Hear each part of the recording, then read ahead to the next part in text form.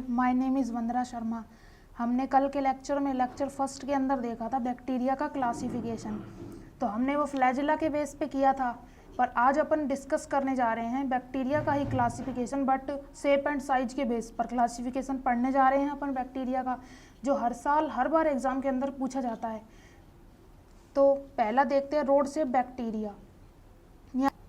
हाँ, तो पहला है रोड शेप बैक्टीरिया या बैसिलस। सिंगुलर वर्ड है बैसिलाई, सिंगुलर वर्ड है बैसिलस और प्लूरल वर्ड है बैसिलाई। तो रोड शेप बैक्टीरिया बैसिलस ऐसे बैक्टीरिया होते हैं जिनका आकार छड़नुमा होता है। एक आपने छड़ देखी होगी, कुछ इस टाइप की होती है, तो रोड शेप बैक्टीरिया कहलाएंगे। इनका साइज होता है, साइज की बात कर रहे हैं अपन, 1 माइक्रोमीटर से 5 माइक्रोमीटर तक। Example bacillus tuberculosis, bacillus subtilis and lactobacillus. इसके आगे पीछे देखो बैसिलस आ रहा है यहाँ भी और यहाँ भी। तो रोड शेप बैक्टीरिया के बारे में होगा कि जो रोड शेप बैक्टीरिया वो होते हैं जो रोड लाइक स्ट्रक्चर में पाए जाते हैं। इनको भी आगे फर्दर डिवाइड किया गया है इनके टाइप्स में। पहला है फर्स्टली मोनोबैसिलस। अगर कोई रोड शेप बैक्टीरिया एक छड़ के रूप में उपस्थित हो, यानी कि बैक्टीरियल सेल है एक सिंगुलर, एक यही पाई जा रही है छड़, तो बोलेंगे इसे मोनोबैसिलस, एक ही पाई जा रही है। डिप्लोबैसिलस, अगर 2 बैक्टीरियल सेल हैं जो वो छड़ के रूप में 2 छड़ें, यानी कि 2 बैक्टीरियल सेल छड़ के रूप में एक दूसरे के साथ जुड़ी हुई पाई जाएं, तो यदि 2 बैक्टीरियल सेल छड़ के रूप में उपस्थित हों तो इसे डिप्लोबैसिलस। 2 बैक्टीरियल सेल जुड़ी हैं, यहाँ एक ही है तो मोनोबैसिलस। स्ट्रेप्टोबैसिलाई, यदि बैक्टीरियल सेल एक श्रृंखला के रूप में प्रेजेंट हो, जैसे ये रही श्रृंखलाएं पाई जा रही हैं बैक्टीरियल सेल, इसमें कोई गिनती नहीं है, 1 या 2, ज़्यादा ही है 1 या 2 से, तो स्ट्रेप्टोबैसिलाई। फिर आता है सेकंड, अपन ने डिस्कस कर लिया rod shape bacteria, and second आता है स्फेरिकल बैक्टीरिया या कोकस। स्फेरिकल से ही पता चल रहा है गोलाकार होते हैं, जो गोलाकार आकृति के होंगे। कोकस या कोकाई भी बोलते हैं इनको। कोकाई है जो प्लूरल वर्ड है और कोकस सिंगुलर वर्ड है। तो डायमीटर होता है इनका 0.5 से 1 माइक्रोमीटर तक का। ये होते हैं नॉन मोटाइल, यानी कि अचल प्रकृति के होते हैं, ये गति नहीं कर सकते, नॉन मोटाइल होते हैं। स्फेरिकल बैक्टीरिया भी आगे अलग अलग प्रकार के होते हैं। Firstly monococcus bacteria, micrococcus. यदि बैक्टीरिया सिंगल गोलाकार आकृति के रूप में प्रेजेंट हो, यानी कि कोई एक बैक्टीरियल सेल है, एक बैक्टीरियल सेल गोलाकार आकृति के रूप में प्रेजेंट हो, जैसे ये इस टाइप की दिखाई दे, तो इसे बोलेंगे मोनोकोकस बैक्टीरिया। एग्जाम्पल है माइक्रोकोकस एजिलिस। और फिर आता है सेकंड है डिप्लोकोकाई।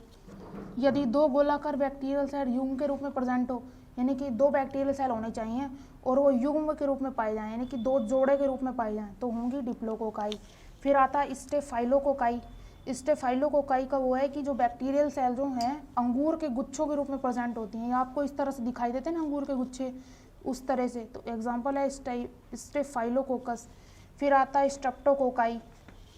यदि गोलाकार कोशिकाएं माला के मोतियों के समान प्रेजेंट हों, माला के मोती देखे होंगे आपने, एक गुथे हुए रहते हैं, तो इस तरह से स्ट्रेप्टोकोकाई। एग्जाम्पल है स्ट्रेप्टोकोकस एजिलिस्टाई। फिर आता है सरसीना। और यदि गोलाकार सेल जो होती हैं घनाकार रूप में प्रेजेंट हों, तो इसे बोलते हैं सरसीना। ये टाइप है बैक्टीरिया का स्फेरिकल बैक्टीरिया के अंदर। फिर आता है स्पाइरल शेप बैक्टीरिया, या जिनको बोलते हैं स्पाइरिलम।